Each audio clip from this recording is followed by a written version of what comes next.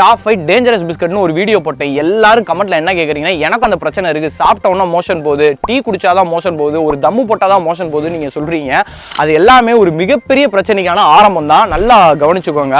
அதெல்லாம் மாத்திரம் இருந்தாலும் எந்த இதுவுமே பிரோஜனம் கிடையாது. ஒன்று ஃபுட் லைஃப் ஸ்டைலில் நீங்கள் மாற்றினா மட்டும் தான் முடியும். நான் என்ன பண்ணேன்றதை உங்களுக்கு சொல்கிறேன்.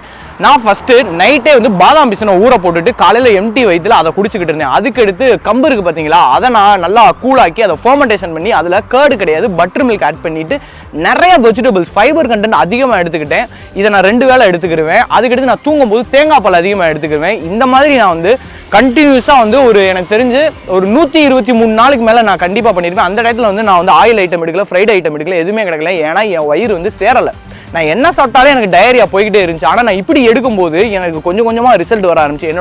என்னோட பூப்போட தன்மைகள் மாற ஆரம்பிச்சிச்சு. ஏன்னா இதில் வந்து சங்கடப்படுறதுக்கு எந்த விஷயமும் கிடையாது, பாதிச்சிருச்சு. இது மாதிரி வெளியே சொல்லாமல் நிறைய பேருக்கு இந்த பிரச்சனை இருக்கும். வீட்லேயும் சொல்ல முடியாது.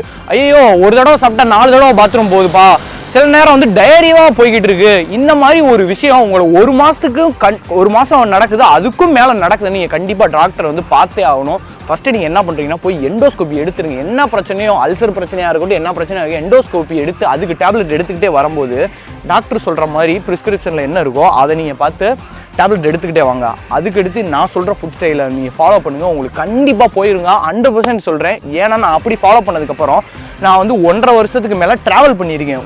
வெளியே தான் நான் அதிக ஃபுட் எடுத்திருக்கேன். எனக்கு எந்த பாதிப்புமே வரவே இல்லை. ஆனால் அதே இப்போ என்ன பிரச்சனைனா, நான் அதையே ஃபாலோ பண்ணிக்கிட்டு இருந்ததுனால, அந்த லைஃப் ஸ்டைலை விட்டதுனால எனக்கு மறுபடியும் பாதிப்பு வந்துருச்சு.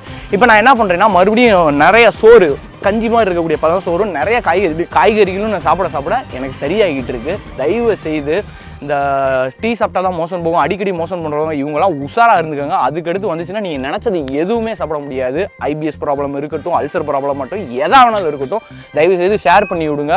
நான் வந்து என் அனுபவத்தில் சொல்கிறேன்.